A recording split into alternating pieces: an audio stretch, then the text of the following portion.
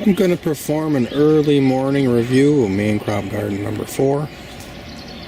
It's just the second week of June, and you can see I'm flush with growth here. When you walk in our little door here, which needs repair like everything else I have around here, you have to understand I just put this together with the stuff that was available in thrift shops and all that. There's a toad here and I want to get him. Let's put him into main crop garden number 4 so he can eat the slugs. Look at that. Ooh, my camera's going to heck again. Anyway, we walk in the door here, and right away I got 6 kohlrabies growing, and they're starting to bulb up. So in a couple weeks I'll be eating kohlrabi. That's what these were planted for, was early eats. Now the brassicas, you know, you can't eat too many of those. So I learned recently that if you lacto-fermented, you know, these foods that you can't eat too many of, that it seriously lessens the chemicals in them that'll do us harm if we eat too much. So I'm going to start fermenting some of these. I'm used to eating them raw, and I cook them. I do all kinds of things with them. I use them like potatoes. I use them like they're, you know, you eat carrots, you lightly boil them or whatever, or steam them. I mean, actually, when you cook them a little bit, they get sweeter, so that might even lessen some of those chemicals. But I like eating kohlrabi. They're an alkaline food source, so I want to keep them strong in my diet. Here's an aronia bush that has fruited for the first time. I have a lineup of honeyberries. There's a few perennials there in the corner that are struggling to survive the shade. It's horseradish. Asparagus, I think, are going to do good. And lovage. Here is just a marvelous crop of elephant garlic that's growing. Of course, the jury is out yet. We're going to find out how big of bulbs they are yet in 2 months. I've very densely planted this area here. I mean, the production for the area is going to be off the charts. The idea is farming this bio-intensively. The soil is rich. I put on a layer of my compost. I actually sifted it just for this. That's my sifted compost right there. So it's a cover over the soil every time it rains, every time I water. The nutrients in that compost are filtering into the root systems, as well as the worms coming up and eating it and leaving fertilizer. As well as elephant garlic, we also have a crop of radishes growing in under the shade, and they're growing. And there are some carrots in here. Carrots are known to live in shade. There's a carrot right here, so we're taking advantage of that too. Like I said, this area is gonna have production off the charts. And as we go past the elephant garlic, you see it's taller and then it comes shorter. That's my Upper Peninsula of Michigan commercial grade garlic.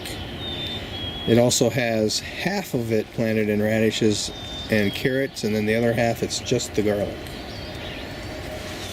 Having a chiro growing, that's that green plant up against the stick or the handle. There's a parsnip going to seed.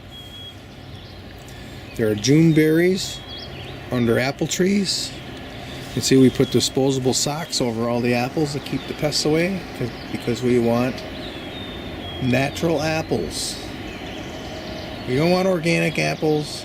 We don't want grocery store apples. We don't want anything done at all to keep the pests off the apples other than the sock. We have a potato bed here with a couple of peas growing. There's a potato right there. And the peas, there's another potato. Potatoes also can grow in shade, so they're having to deal with the shade of this apple tree. There's some black raspberries in the corner. Look at that, it almost looks like a Christmas tree. Look at that, isn't that nice? Another lineup of gooseberries and honeyberries with a few bush cherries involved on the edge. There's a row of gray shallots. in here, as well as this little bed here. This is a special garlic. She didn't know the name of it, but I bought it from the farmer's market, I don't know, 3 years ago. And I've been trialing it, and it's just a monster garlic. I thought it was elephant garlic, and she said, no, it's not elephant garlic. And I thought it was special when I let it go to seed last year. Actually, when it grew bulbils, it grew little tiny bulbils, and I planted them, and they've come up. So we're gonna experiment with the bulbils as well. I have a little roll of garlic. I had extra garlic from digging it out in the back. So, well, I'm going to plant a row of it here. Take advantage of the space right here next to the path. And I'm going to be harvesting some of it today. Maybe all of it if I get going on it. I'll probably leave the biggest ones. And in the bed here is a lineup of potato onions and little circles of radishes. And jury's out on that too. Am I going to get big bulbs because I planted this so densely? I don't know. I'm taking care of it. I've got a new special concoction that I'm going to pour on it. I should show you that too. I kind of discovered it by chance.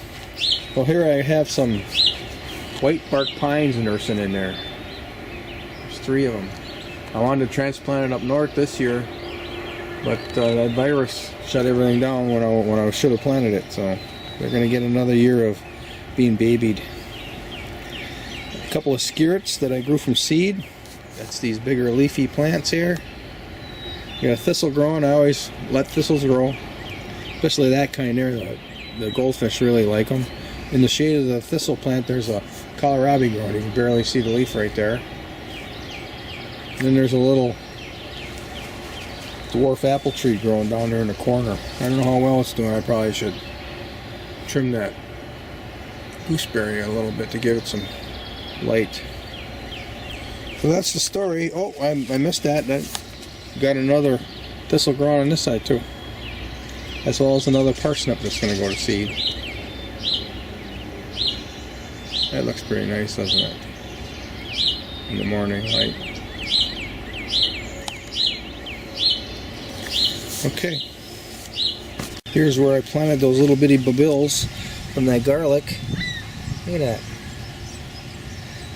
I just threw them all in here and lightly covered them with a little compost. Here I just dug out a black walnut for a friend of mine. A couple of black walnuts actually.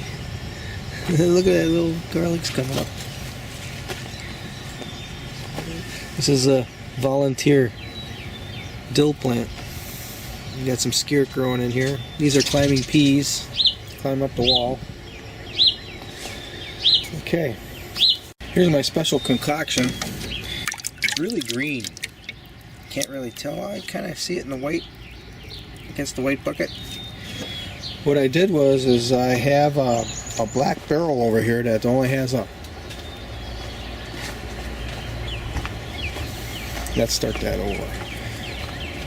What I did was I have a barrel here with the top off, and I actually grew wild rice in it for a few years until the birds started eating the rice. But I got a plan for that too, actually, so I might grow some again. Anyways, I had pulled some weeds and threw them in this barrel, and it rained, and it put a couple inches of water over those weeds.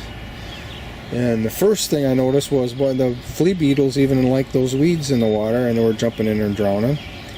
Then I noticed after about a week, the green mass that was in here was like disintegrating, and it turned the water green. So I believe, and I'm not a scientist, I'm not testing all this stuff, I believe all those nutrients are in the water, and I'm going to pour it on my garden. So what I did was I started another batch. This time I'm using comfrey and stinging nettles, and there's burdock in here. There's some garlic leaves in here. So we'll see what that water looks like after a week. Hey, these are high bush cranberries that I picked the berries like 5 years ago and made jelly out of them. You can see a video on YouTube about it. You know, just type my name in high bush cranberries, you'll probably get it. And the seeds from those berries that I picked, are growing these plants, and this is the first time one has fruited.